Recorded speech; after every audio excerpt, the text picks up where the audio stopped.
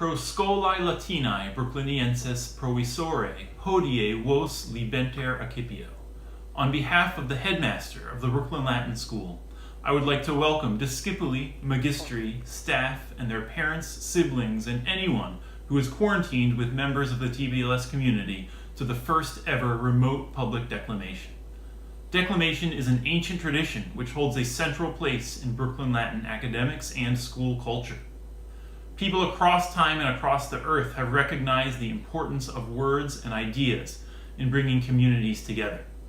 At Brooklyn Latin, we are no exception, and we express our gratitude to the 4 discipuli who recorded themselves so that we could all experience declamation together. Please mentally prepare yourself, as you would before declamation in person, to be attentive and to be open to being surprised, entertained, and inspired by this diverse selection of pieces chosen by your fellow discipuli. Without any further ado, incipiamos, let us begin. Our first declaimer from Class 3 is Ariana Alonso. Dearest members of the TBLS community, my name is Ariana Alonso Flores, a first-generation daughter of proud Mexican immigrant parents. I'm more than proud to be able to deliver the phenomenal, beautifully raw story of an immigrant's journey to U.S. soil. Luz Mirella Zimora, a Mexican immigrant, crossed the U.S. border 3 times. Her stories caught the attention of Darcy Corteo, who recorded them in a The Atlantic article, 3 Border Crossings, One Immigrant's Journey. Her first story, of which you'll hear in a few moments, began when she was just 15, seeking her grandmother in California. Suffering the last 4 years from the molestation of a family friend, she began fearing for her life, fearing she would be raped. In a world in which stories of immigrants are dismissed, I ask of you to tell the stories of the silence. Relish the songs of beings wronged. Declaim poems for the love that are unable to tell of stories of the world they faced. We are the product of generations who lived and fought for our breath, who give us the chance to leave our fingerprints, to make a difference, to create our own story. Stories worth telling. Building a foundation not only for this country, but I dare say the whole world. Immigrants have negotiated, sacrificed so much to someday live without fears and conflicts they'd otherwise fight against. This story was initially chosen to call attention to the disturbing cruelty the Latino community are forced to tackle in direct relation to the election of our current president, but immigrant communities over the world are facing similar prejudices. Thus, I am inclined to speak concerning both issues. There's no damn humane justification for the absolute atrocity African, Native, Middle Eastern, and other countless communities are forced to experience, placed in harm's path to survive, provide, and protect their families. Neither for the horrific acts taken against the Asian community due to the racist perspectives in midst of completely arrogant children. Rationalizing degradation is utter bullshit. It's inhumane and disgusting. Hispanics shouldn't have to worry whether leaving their homes will forever keep them from their loved ones, nor tolerate our children, fucking babies, being kept in concentration camps because we're bringing drugs and crime, because we're rapists, because we come from shithole countries. Immigrants will continue being present in the world, your prosperity. Immigrants have stories. Keep those stories alive. The following is belovingly dedicated to all immigrants. To the lovely Kimberly Gwen, whose love and dedication to sharing stories will never cease in our community. Be overwhelmed by the reality of what an immigrant story is and the truth it offers. Without further ado, pick up a pen, rise up, and join the fight through Luz Mirella Zimora's first immigration story. I didn't have any money. I didn't know anything about the United States. At the bus station in Tijuana, this guy came up to us. You going to El Norte? I can hook you up. I have friends. You'll make it in 3 hours. We got a house where you guys can rest and stay till it's safe to cross. He keeps on saying, You can trust me, I'm not going to hurt you. We made it to the house. The upstairs was just a big room with 4 walls, no windows, and a metal door. No bed, only some sheets on the floor. There was this big lady, tall, kind of old, 45 maybe. Her husband was short and fat. They gave us showers and clothes, and they fed us. They put us in the room upstairs, saying we're gonna sleep there and that they gotta lock the door for our safety. And if we gotta pee or whatever, they gave us a bucket. I got that feeling in my heart saying something's wrong. Why are they gonna lock us in the room? We slept there that night, and then in the morning we heard a lot of people talking, yelling, partying. We heard steps on the stairs. We're happy because it's time for us to either go away or go. Do something. I don't know. They're supposed to let us know whatever happens. Here comes the lady of the house, and she's just barely wearing clothes. She opens the door and says, "Good morning, my beautifuls, my princesses." We just stared at her. Right behind her come 3 men, and this guy is looking at me. He goes, "I'll pick her." The other guy is, yeah, I'll pick her too. And the other guy, I don't know, I didn't know what was going on, but my friend, she was hugging me, and she said, "No, not her. Leave her, let her go. She's 15. They took me downstairs, where there was this little room. They raped me. That went on for days and nights, and all I got to eat was a glass of milk with an egg in it, raw, mixed in. They say it will give me energy. For days I was locked in that room. Finally, the guy that brought us over there came in the room and took a look at me. And he was like, "Are you okay?" I said nothing. Couldn't talk. He took off his jacket and put it on me because I was naked. He said, "I'm gonna get you girls out of here. They tricked me. They said if I bring more girls here, they were not gonna do this again." It was so hard for me to trust him. There were no other choices. I had nothing else. Everything inside me was gone. So whatever comes next, it's fine. They're gonna cut me? They're gonna kill me? Fine. It's better than this.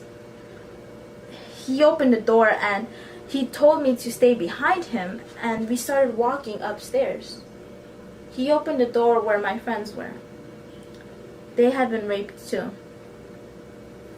We started walking downstairs. Out the back, he had a car and said he opened the trunk and he said we'll be safe there, and then he started driving.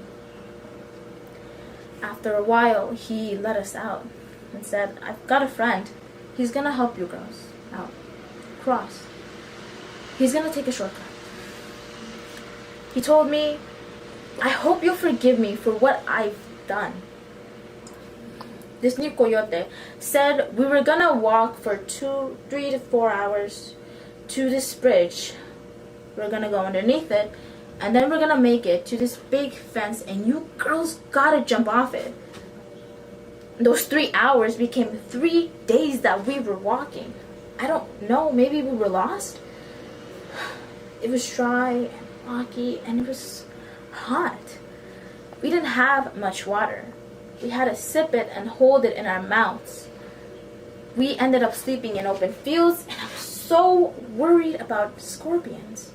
I don't care about snakes, but I did care about scorpions. We finally made it to the bridge and went underneath, and then we kept walking. We saw this big fence on the US side. It was chain link, 10 or 12 feet, like the ones in prison with barbed wire on top. Some parts of the wire were broken where others had crossed before. My friend knew what to do and climbed up the chain link and jumped off it. She was on the other side calling, "Go, go! There he comes, there he comes! You better come soon!" And we were like, "Who's coming?" And she calls La Migra. The coyote started running and disappeared. Here comes the other girl, and whoosh, she's jumped off that fence. I was the last one, and I'm so afraid, shaking. I don't know what to do. I don't know who La Migra is or what they're gonna do to me. So I just started running, and I was getting close to the fence. I climbed up halfway up, but I couldn't make it, and I fell back. Here comes this big old horse with the immigration guy on it. He was telling me something in English. I didn't speak English then. I didn't know what the words were. He got off the horse and walked to me with a mean face. He was a big guy with red hair and blue eyes. Really blue eyes. Beautiful eyes. And then he was asking me questions. I couldn't understand what he was saying, and finally he said it in Spanish. ¿Tu nombre? Mirella. Mirella. Sí. He grabbed my face with one hand and looked at me. He turned me to the big fence and said, Aquí, go, go, go, ve, aquí. I started walking where he pointed. I saw a big hole under the fence. There were branches covering it, but obviously he knew it was there. He told me to go underneath, cross from there. I moved the branches and went through. I was a little girl, skinny. And he got up on his horse and looked at me and said, good luck, and disappeared with his horse, with the dust behind it. Thank you. Our next declaimer from Class 3 is Justin Williams. James Baldwin accomplished an incredible amount of things in the 63 years of his life that he had. He was an American novelist, essayist, poet, and activist, all while overcoming the hurdles and stigmatism that came with being an African American, especially during the Civil Rights era. Growing up in Harlem, he deeply valued his education, knowing that it was the only way to make something of himself given his economic and racial circumstances. This led him to becoming a hugely influential writer, well known for his novels such as If Beale Street Could Talk, which was later adapted into a film, and his huge catalog of poems. Despite that, I chose one of his essays, which he directed at New York City, A Talk to Teachers, to perform to you all today because of the unflinching light that it shows on the experiences of African Americans, particularly in relation to education. We're lucky enough to go to a school that's diverse and has a rich system of education, but many people don't even get that opportunity. And I think it's important that we shine light on those experiences so we can ultimately understand each other better and spark more change. My name is Justin Williams, and I will now be declaiming A Talk to Teachers by James Baldwin. Let's begin by saying that we are living through a very dangerous time. Everyone in this room is aware of that in one way or another. We are in a revolutionary station, no matter how unpopular that word has become in our country. Or to put it another way, you must understand that in the attempt to correct so many generations of bad faith and cruelty, when it is operating not only in the classroom, but in society, you will meet the most fantastic, the most brutal, and the most determined resistance. There is no point in pretending that this won't happen. It would seem to me that when a child is born, if I'm the child's parent, it is my obligation to civilize that child. Man is a social animal. He cannot exist without a society. A society, in turn, depends on certain things which everyone within the society takes for granted. The purpose of education, finally, is to create in a person the ability to look at the world for himself, to make his own decisions, to decide for himself whether there is a God in heaven or not, to ask the questions of the universe and then learn to live with those questions is the way he achieves his own identity. But no society is really anxious to have that kind of person around. What societies really, ideally want is a citizenry which will simply obey the rules of society. Now, if a society succeeds in this, that society will surely perish. Now, if what I have tried to sketch has any validity, it becomes thoroughly clear, at least to me, that any Negro who is born in the country and undergoes the American educational system runs the risk of becoming schizophrenic. On the one hand, he is born in the shadow of the stars and stripes, and he is assured that it represents a nation which has never lost a war. He pledges allegiance to that flag which guarantees liberty and justice for all. He is a part of a country in which anyone can be president, and so forth. But on the other hand, he is also assured by his country and his countrymen that he has never contributed anything to civilization, that his past is nothing more than a record of humiliations gladly endured. He is assumed by the Republic that he, his father, his mother, and his ancestors were happily, shiftless, watermelon-eating darkies, that the only value that he has as a black man is proven by one thing, and one thing only, his devotion to white people. And if you think I am exaggerating, examine the myths which proliferate in this country about Negroes. All of this enters the child's consciousness much sooner than we as adults would like to think it does. But as adults, we are easily fooled because we are so anxious to be fooled. But children are different. Children not yet aware that it is dangerous to look deeply at anything, look at everything, look at each other, and draw their own conclusions. They don't have the vocabulary to express what they see, and we, their elders, know how to intimidate them very easily and very soon. But a black child looking at the world around him, though he cannot know what quite to make of it, is aware that there is a reason why his mother works so hard, why his father is always on edge. He is aware that there is some reason why, if he sits down on the front of the bus, his father or his mother slaps him and drags him to the back of the bus. He is aware that there is some terrible weight on his parents' shoulders when it menaces him. And it isn't long. In fact, it begins when he is in school, before he discovers the shape of his oppression. Looking at the society which has produced him, looking at the standards of that society which are not honored by anybody, looking at your churches and the government and the politicians, understand that this structure is operated for somebody else's benefit, not for his. There is nothing in it for him. If he is really cunning, really ruthless, really strong, and many of us are, he becomes a kind of criminal. He becomes a kind of criminal because that's the only way he can live. Harlem and every ghetto in this city, every ghetto in this country is full of people who live outside of the law. They wouldn't dream of calling a policeman. They wouldn't for a moment. Listen to any of those professions of which we are so proud of on the 4th of July. They have turned their backs away from this country forever and totally. They live by their wits and really long to see the day when the entire structure comes down. The point of this is that black men were brought here as a source of cheap labor.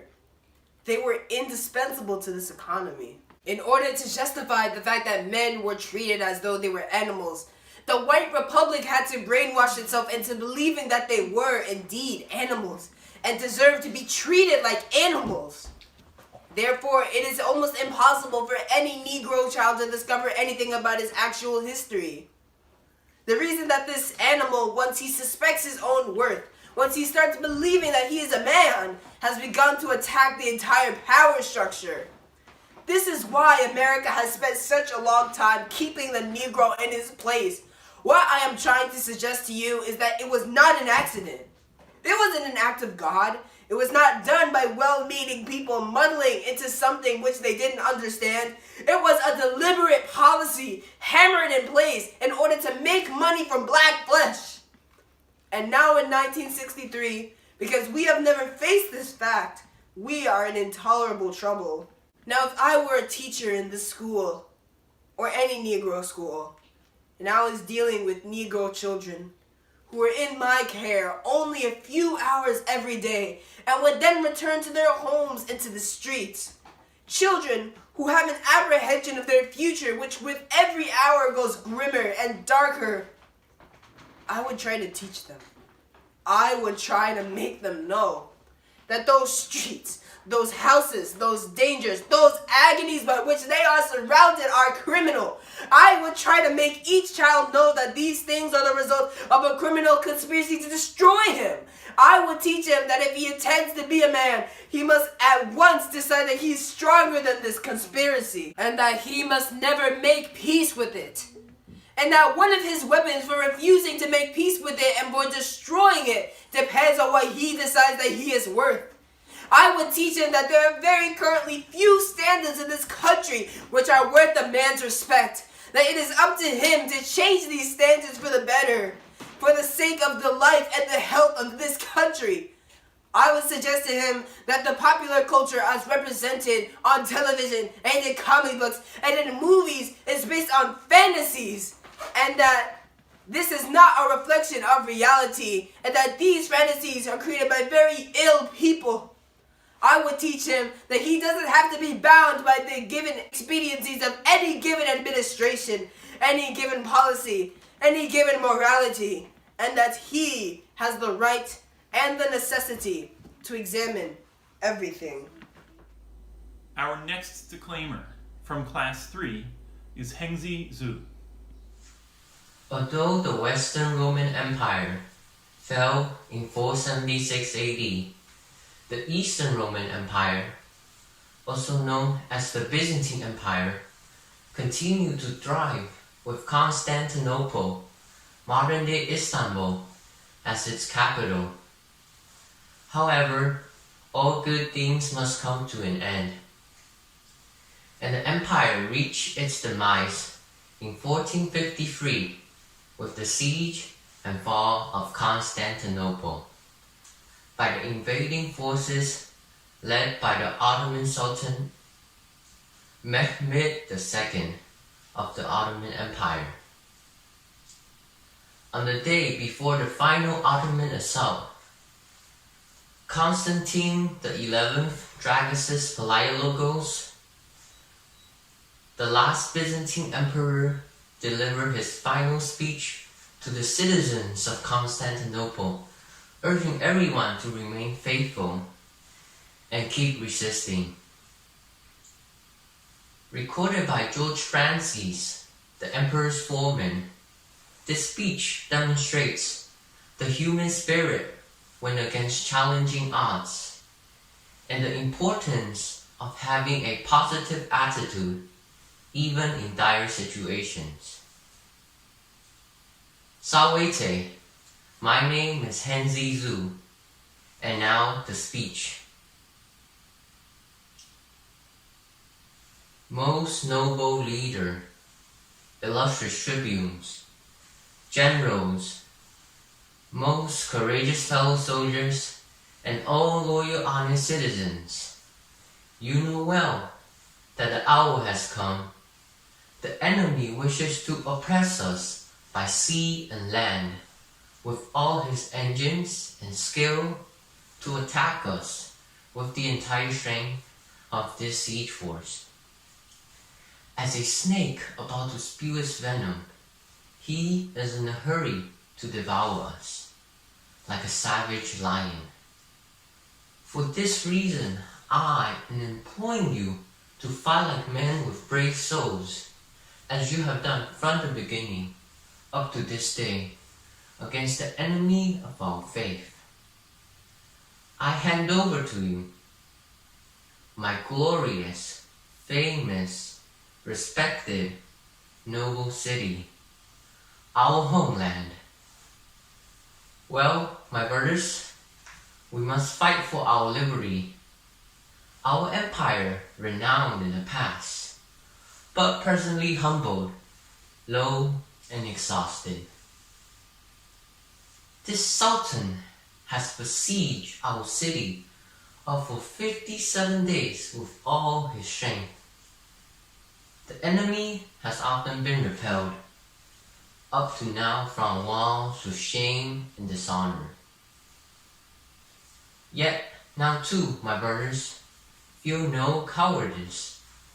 Even if small parts of our fortifications have collapsed from the explosions, have faith. I know the countless hordes of the empires will advance against us. They'll attempt to frighten us with loud yells and innumerable battle cries. But you are all familiar with their chattering, and I need say no more about it. For these reasons, my fellow soldiers, prepare yourselves. Take your example from the few elephants of the Carthaginians and how they disperse the numerous cavalry of the Romans with their noise and appearance. If one dumb beast put another to flight, we can surely do better against our enemies. Present your shield, swords, arrows, and spears to them. You are the descendants of the Greeks and the Romans. The siege and the blockade. Every day he is seeking an opportunity to devour us in this city, which Christ blessed Constantine the Great founded. I can tell you that this city mastered the entire universe. She placed beneath her feet Armenia, Albania, Syria, Mesopotamia, Phoenicia, Arabia, Judea, Macedonia, Italy, Spain, Africa. Now he wants to enslave her and throw the yoke upon the mistress of cities and turn us into staples for his horses and camels. Consider then, my brother and comrades in arms, how the commemoration of our death, our memory, fame, and freedom can be rendered eternal. Thank you. Our final declaimer from Class 1 is Desmond Kuiper. Science fiction has never quite been given its due. While more realistic stories certainly do have their value, science fiction stories have the ability to transport us to worlds we never thought imaginable. Worlds perfectly tailored to suit the needs of the author's message. This is the case with Dune, a personal favorite of mine, published by Frank Herbert in 1965. In the excerpt I will declaim, one of the characters, Liet Kynes, finds himself abandoned in the desert of Arrakis, also called Dune, a planet he has devoted his life to studying and to making green and habitable. He is killed by an explosion of spice, the planet's most essential resource, from beneath the surface. As I describe his final moments, please let yourself be enthralled by the rich imagery of the desert, and take note of the amount of thought that has gone not only into character and story, but setting, and the ecosystem that Herbert has created. Please also take note of the imagery of the desert, now so relevant to our understanding of what our own future may hold. My name is Desmond, and this is Dune by Frank Herbert. The man crawled across the surface of the dune top. He was a mote caught in the heat of the noon sun. He was dressed only in the torn remnants of a juba cloak, his skin bare to the heat through the tatters. The hood of the cloak had been ripped off, but the man had fashioned a turban from a torn strip of cloth. Wisps of sandy hair protruded from it, matched by a sparse beard and thick brows. Beneath the blue within blue eyes, remnants of a dark stain stretched down to his cheek. A matted depression across mustache and beard showed the path which a stillsuit tube had marked out from nose to catch pockets. The man stopped half across the dune top, arms stretched down the slit face. Blood had clotted on his back and on his arms and legs. Patches of yellow-gray sand clung to his wounds. Slowly, he brought his hands under him, pushed himself to his feet, stood there swaying, and even in this random action, there was a trace of once precise movement. "My name is Liet Kynes," he said, addressing the empty horizon, his voice a hoarse caricature of the strength that had once known. "I am His Imperial Majesty's planetologist," he whispered. "Planetary ecologist to Arrakis. I am steward of this land." He stumbled, fell sideways along the crusty surface of the windswept face. His hands dug feebly into the sand. "I am steward of this land," he thought. He realized that he was semi-delirious, that he should dig himself beneath the sand, find the relatively cool underlayer, and bury himself with it. But he could already smell the rank, semi-sweet esters of a pre-spice pocket somewhere beneath the surface. He knew the danger within this fact certainly better than any other freeman. If he could smell the pre-spice mass, that meant the gases beneath the surface were nearing explosive pressure. He had to get away from here. His hands made weak, scrabbling motions across the Dune face. A thought rang across his mind, clear, precise. The real wealth of a planet is in how we take part in its landscape, how we take part in that basic source of civilization, agriculture. And he thought how strange it was that the mind, focused for so long on a single track, could not be moved from that track. The Harkonnen troopers had left him here without water or a still suit, thinking that a worm would get him if the desert didn't. They had thought it amusing to leave him alive to die by inches at the impersonal hands of his planet. They always did have difficulty killing freemen, Canis thought. We don't die easily. I should be dead now.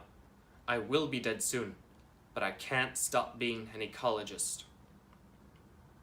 The hawks circled overhead, screeching their frustrations. They knew what was happening here. Any desert creature would. Am I a desert creature? Canis thought. Can you hear me, Father? I am a desert creature. He felt the bubble lift him, felt the dust whirlpool engulf him, dragging him down into the darkness. For a moment, the coolness and the sensation of moisture were blessed relief. Then, as his own planet killed him, it occurred to Canis that his father and all the other scientists had been wrong, that the most persistent principles of the universe were accident and error. Even the hawks could appreciate these facts. Thank you. On behalf of the entire Brooklyn Latin community, I thank today's declaimers for their performances and the work that went into them. Let's all take a moment now individually to reflect on a thought, a turn of phrase, or an expression of emotion which captured our imagination and which we will take with us into our lives after today. We encourage those of you who were moved by something you heard today to consider participating in public declamation in the future. Find a piece of excellent writing that expresses something meaningful to you, something which you think is important for your school community to hear. We are eager to have pieces from any genre or topic and from many different styles of writing. Now, at the close of this venerable school tradition, and with the words of our declaimers still in our ears and our minds, curate ut valeatus, take care that you be well, until we meet again.